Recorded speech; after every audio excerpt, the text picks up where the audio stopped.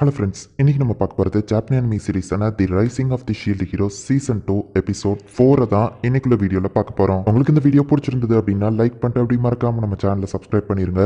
ஒருவேளை இந்த சீசன் 2 உங்களுக்கு கொஞ்சம் போரிங்காக போகிற மாதிரி தெரிஞ்சது அப்படின்னா எபிசோட் 7 வரைக்கும் வெயிட் பண்ணி பாருங்க. ஏன்னா அதுக்கு மேலே நீங்களே பார்க்க ஆரம்பிச்சிருவீங்க. ஸோ பொறுமையாக வாட்ச் பண்ணுங்க. சரி வாங்க நம்ம இன்னைக்குள்ள கதைக்குள்ள போகலாம். இன்னைக்கு நம்ம பார்க்க போகிறது the rising of the shield hero season 2 episode 4. ரீஷியாவை ஃபிளாஷ்பேக் சொல்லிட்டு இருக்கா. நான் ஒரு நோபல்மேன் குடும்பத்தில் தான் பிறந்தேன். எங்க லேண்ட்ல இருந்த எல்லாருமே எங்க கூட நல்ல விதமாக தான் பழகிட்டு இருந்தாங்க. எல்லாமே நல்லபடியா தான் போச்சு. ஆனா ஒரு நாள் எங்க அப்பா அம்மா ஃபேக்கா கடன் வாங்கின மாதிரி ஒரு சர்டிபிகேட் ரெடி பண்ணி கடனுக்கு பதிலா என்ன கூட்டிட்டு போறதா சொல்லிட்டான். அவன் அது எல்லாத்தையும் ஃபேக்காவே பண்ணிருந்தாலும் எங்களால எதுவுமே பண்ண முடியல. என்னோட லைஃபே அவ்வளவுதான் முடிஞ்சதுன்னு நான் நினைச்சிட்டு இருந்தப்பதான் சார் ஈட்ஸ்கி போ ஹீரோ என்ன வந்து காப்பாத்தினாரு. ஸோ அதனாலதான் சார் ஈட்ஸ்கிக்கு நான் ஏதாச்சும் பண்ணணும் அப்படின்னு சொல்லி ஆசைப்பட்டு அவரோட டீம்ல ஜாயின் பண்ணேன் அப்படின்னு ரீஷியா வந்துட்டு அவளோட கதையை மத்தவங்க கிட்ட சொல்லிட்டு இருக்கா. அவர் செஞ்ச ஹெல்ப்க்கு பதிலுக்கு ஏதாச்சும் நான் செய்யணும்னு நினைக்கிறேன் அப்படின்னு சொல்லி ரீஷியா சொல்லவும், கவலைப்படாத ரீஷியா, போ ஹீரோ சேஃபா தான் இருக்கான் அப்படின்னு சொல்லி போஸ்ட் சொல்லவா ரொம்ப ஹாப்பியாவரா. நம்ம ஹீரோ அந்த மீட்டிங்ல போய் பேசிட்டு வந்திருக்கான். இந்த தடவை ஃபீலோ அவன் கூட போயிருக்கா. நம்ம ஸ்பிரிட் டாடஸோட பேக் சைடு போக போறோம், விடிஞ்ச உடனே இங்க இருந்து கிளம்புவோம் அப்படின்னு நம்ம ஹீரோ சொல்றான். இப்போ அடுத்த நாள் இவங்க எல்லாருமே ஸ்பிரிட் டாடஸ் பின்னாடி கிளம்புறாங்க. அந்த ஸ்பிரிட் டாடஸ் திரும்ப ரிவைவ் ஆகிறதுக்குள்ள அடிப்பட்ட சோல்ஜர்ஸ் எல்லாருமே ரெக்கவர் ஆகிட்டு இருக்காங்க. ஸ்பிரிட் டாடஸ் பின்னாடி போனா அதோட வீக்னஸ் என்ன நம்ம கண்டுபிடிக்கலாம் அப்படின்னு நம்ம ஹீரோ சொல்றான். அதுவும் கரெக்ட் தான் அப்படின்னு வோஸ்ட் சொல்றா. ஆமா நீ உங்க மீட்டிங் எப்படி போச்சு அப்படின்னு சொல்லி ரீஷியா கேட்கவும், அந்த மீட்டிங்ல சாப்பாடே தரல தெரியுமா அப்படின்னு ஃபீலோ சொல்லவும், நீ தானே அடம் பிடிச்சு போன, இல்லைன்னா நானாச்சும் போயிருப்பல்ல அப்படின்னு ரஃப்டாலியா சொல்றா. ரஃப்டாலியா அவங்க பேசினதெல்லாம் பார்த்து கண்டிப்பா டென்ஷன் ஆயிருப்பா நம்ம ஹீரோ சொல்லவும், அப்படின்னா நான் வராம இருக்கணும் தான் நீங்களே எதிர்பார்த்தீங்களா அப்படின்னு ரஃப்டாலியா கேட்கிறா. மீட்டிங்ல நிறைய பேர் பேசினதுல டேர்டல் லேடியை பத்தி எல்லாரும் நல்ல விதமா தான் பேசினாங்க அப்படின்னு ஃபீலோ சொல்லவும், உங்க பாராட்டுக்கு நான் தகுதி இல்லாதவா, ஏன்னா என்னோட வேலை சோல்ஸை கலெக்ட் பண்றது அப்படின்னு சொல்லி அவ வருத்தப்படவோ ரீஷியா சமாதானப்படுத்துறா.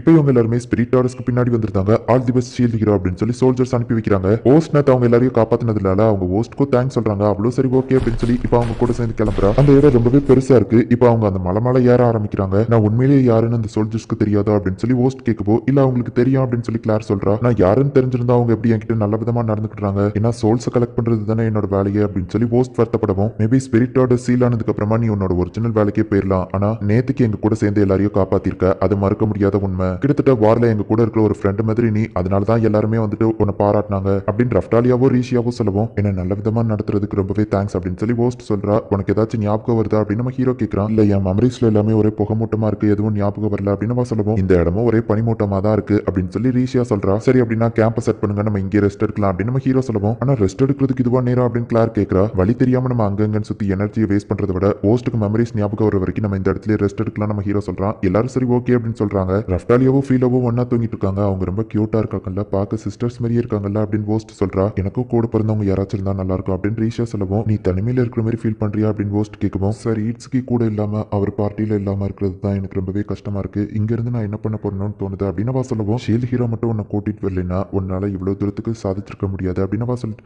தப்பா எதுவும் எடுத்துக்கூடாது, நான் தப்பா எதுவும் மீன் பண்ண வரல. நீ சொல்ற அந்த போ ஹீரோ இந்த இடத்துல வந்து ஃபைட் பண்ண வரல. ஷீல்டு ஹீரோ தான் உன்னை இங்க கூட்டிட்டு வந்திருக்கான். ஒரு வகையில போ ஹீரோ இருக்க வேண்டிய இடத்துல நீ இருந்து ஃபைட் பண்ற அப்படின்னு நினைச்சுக்கோயேன் அப்படின்னு போஸ்ட் சொல்லவோ, ரீஷியா உடனே அழ ஆரம்பிக்கிறா. ஹே என்னாச்சு, ஏன் அழுற, நான் எதுவும் தப்பா சொல்லிட்டேனா அப்படின்னு போஸ்ட் கேட்கவும், என்னை விட நீங்க அதிகமா கஷ்டப்பட்டுமே கூட எனக்கு ஆறுதல் சொல்லிட்டு இருக்கீங்க, அதனாலதான் அப்படின்னு சொல்லி அவ அழுதுகிட்டே சொல்றா. போஸ்ட்டுக்கு திடீர்னு என்னமோ பண்ணுது. நம்ம ஹீரோ அங்க வரா. ஒரு நிமிஷம் அமைதியாரு, இங்க இருக்கிற ஃபாக் எல்லாம் மறைஞ்சிடுச்சு அப்படின்னு நம்ம ஹீரோ சொல்றான். பார்த்தா போஸ்ட்டுக்குமே அவளோட மெமரிஸ் ஞாபகம் வந்துருச்சு. இந்த வழியா போகணும் அப்படின்னு அவ சொல்றா. சோ இப்போ அவங்க எல்லாருமே அந்த வழியா போய் பார்த்தா அந்த இடத்துல ஒரு வில்லேஜ் இருக்கு அண்ட் அங்க நிறைய மக்கள் இறந்து போய் கிடக்குறாங்க.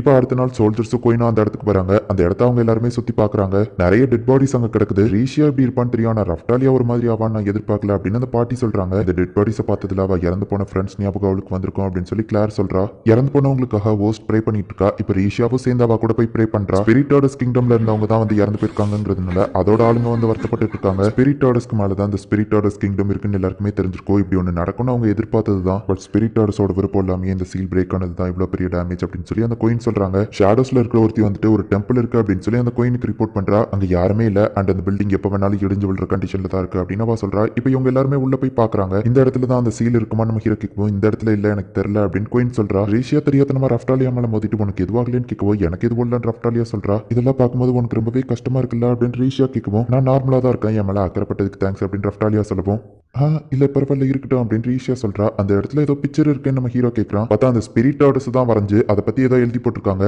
ஏன்ஷியன் லாங்குவேஜ்ல இருக்குது. ரீஷியா வந்துட்டு டிரான்ஸ்லேட் பண்ணி சொல்றா. ஸ்வாட் பிராக்டிஸ் பண்றதை விட இதுல நல்லாவே இன்ட்ரெஸ்ட் காமிக்கலையே அப்படின்னு கிளார் கேட்கவும், அச்சோ மன்னிச்சிருங்க அப்படின்னு அவ சொல்லுவோம். நல்லா பண்றேன்னு தானே சொன்னா, அதுக்கு ஏன் சாரி கேட்கறா அப்படின்னு கிளார் கேட்கறா. ரீஷியா கிட்ட கீ பவர் இருக்கு, என்னோட ஃபைட்டிங் ஸ்டைலா அவ ரொம்பவே ஈஸியா கத்துக்கிடுவா அப்படின்னு சொல்லி அந்த அட்வென்ச்சரர் பார்ட்டி சொல்றாங்க. நீங்க என்ன சொல்றீங்கன்னு எனக்கு புரியல நம்ம ஹீரோ சொல்றான். அந்த இடத்துல சீலை பத்தி எதுவுமே மென்ஷன் பண்ணல. மாஸ்டர் இங்க வாங்க ஏதோ எழுதி இருக்கு அப்படின்னு சொல்லி ரஃப்டாலியா கூப்பிடுறா. ரீஷியாவால அதை டிரான்ஸ்லேட் பண்ண முடியல. அதை பார்த்துட்டு நம்ம ஹீரோ ஷாக் ஆகுறான். ஏன்னா அது எல்லாமே ஜாப்பனீஸ்ல எழுதி இருக்கு. இது ஜாப்பனீஸ்ல இருக்கு. நான் வந்த வேர்ல்டுல இருக்கிற லாங்குவேஜ் தான் இது அப்படின்னு நம்ம ஹீரோ சொல்றான். இதுக்கு முன்னாடி வந்த கார்டினல் ஹீரோஸ் இதை எழுதியிருப்பாங்க அப்படின்னு சொல்லி குயின் சொல்றா. சில வார்த்தைகள் இதுல அழிஞ்சிருக்கா, ஆனாலுமே என்னால ரீட் பண்ண முடியுது. இதுல ஏதோ 7 போட்டிருக்கு. இந்த கவுண்டவுன்ல காமிக்கிறதுக்கும் அதுக்கும் ஏதாச்சும் சம்பந்தம் இருக்கா? அப்புறமா இதை எப்படி அழிக்கிறதுன்னு போட்டிருக்கு அப்படின்னு நம்ம ஹீரோ சொல்லிட்டு இருக்கும்போது, இதை எப்படி அழிக்கிறதுங்கிறது எனக்கு தெரியும் அப்படின்னு சொல்லி ஓஸ்ட் வந்து சொல்றா. ஒன்னாலேயே ஜாப்பனீஸ் ரீட் பண்ண முடியுமா நம்ம ஹீரோ கேட்கறான். இல்ல என்னோட மெமரிஸ் ஞாபகம் வந்துருச்சு அப்படின்னு சொல்றா. அந்த பில்டிங் இடிற மாதிரி தெரியுது.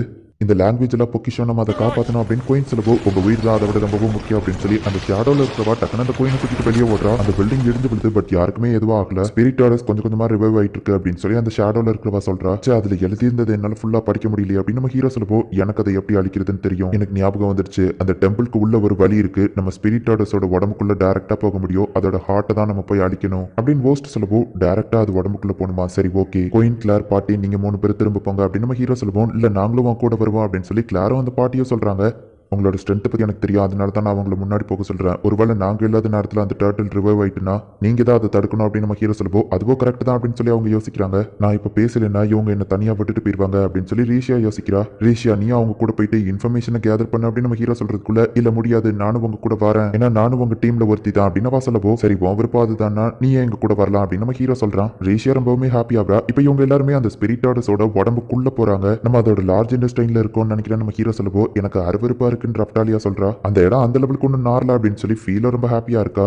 எங்க கூட வரணும்னு முடிவெடுத்ததுக்கு தேங்க்ஸ் அப்படின்னு சொல்லி ஓஸ்ட் பாராட்டவோ, நானும் அட்லீஸ்ட் பிரயோஜனமா இருக்கணும்னு நினைச்சேன், அவ்வளவுதான், என்னால முடிஞ்ச ஹெல்ப் அவங்களுக்கு பண்ணுவேன் அப்படின்னு அவ பேசிட்டு இருக்கும்போதே கல்லு தடுக்கி திடீர்னு பயப்படுதா. எங்களுக்கு தெரிஞ்ச ரீஷியா எப்பவுமே இப்படிதான் இருப்பா அப்படின்னு சொல்லி ரஃப்டாலியா சொல்றா. அப்ப திடீர்னு ஏதோ சவுண்ட் கேக்குது. நம்ம ஹீரோ திரும்பி பார்த்தா ஒருத்தன் அட்டாக் பண்றதுக்கு வரான். நம்ம ஹீரோ டக்கு நம்ம ஷீல்டு வச்சு தடுக்கிறான். ஓ நீங்களும் ஹியூமன்ஸ் தானே, நான் மான்ஸ்டர்னு சொல்லி அட்டாக் பண்ண அப்படின்னு சொல்லி அந்த ஒருத்தன் சொல்லுவோம். ரஃப்டாலியா லைட் மேஜிக் யூஸ் பண்றா. அட்வென்ச்சரஸா நீங்க இங்க என்ன பண்றீங்க நம்ம ஹீரோ கேட்கவோ, கோயின் தான் உங்களுக்கு ஹெல்ப் பண்ண எங்களை அனுப்பி வச்சாங்க அப்படின்னு நம்ம சொல்றான். தெரியாத ஆளுங்க கிட்ட எல்லாம் கோயின் வேலையை கொடுக்க மாட்டாங்களே அப்படின்னு சொல்லி போஸ்ட் கேட்கவும், நிறைய ஆளுங்க இருக்கிறதும் நல்ல விஷயம் தானே, சரி நாங்க அந்த பக்கமா போயிட்டு வரோம் தம்பி அப்படின்னு சொல்லிட்டு அவன் கிளம்பவும், நில்லுங்க ரஃப்டாலியா அப்படின்னு நம்ம ஹீரோ சொல்லுவோம். அவங்க உண்மையான ஐடென்டிட்டி எங்களுக்கு காட்டு அப்படின்னு சொல்லி ரஃப்டாலியா ஒரு மேஜிக் போட்டா பார்த்தா அந்த இன்னொரு வேர்ல்டுல இருக்கிற அந்த ஹீரோஸ் இங்க வந்திருக்காங்க. லார்க் பெரிஸ் நீங்களா அப்படின்னு நம்ம ஹீரோ ஷாக் ஆயிட்டு, அங்க நிக்கிறது கிளாஸா அப்படின்னு நம்ம ஹீரோ ஷாக் ஆகுறான். இந்த இடத்துல இந்த எபிசோட் முடியுது. சீசன் 1ல லாஸ்ட் ஃபைட்ல அந்த கிளாஸ் தான் ரொம்பவே பவர்ஃபுல்லா இருந்திருப்பா. நம்ம ஹீரோக்கே ரொம்பவும் டஃப் கொடுத்திருப்பா. ஆக்சுவலி அவங்க எல்லாருமே வேற வேர்ல்டுல இருக்கிற ஹீரோஸ் இந்த வேர்ல்டுல இருக்கிற ஹீரோஸை கொல்லணும் அப்படிங்கிறதுக்காக வந்திருப்பாங்க. பட் வேவ்ஸ் முடிஞ்சு போகும்போது அவங்களும் அவங்கவுங்க வேர்ல்டுக்கே போயிருப்பாங்க.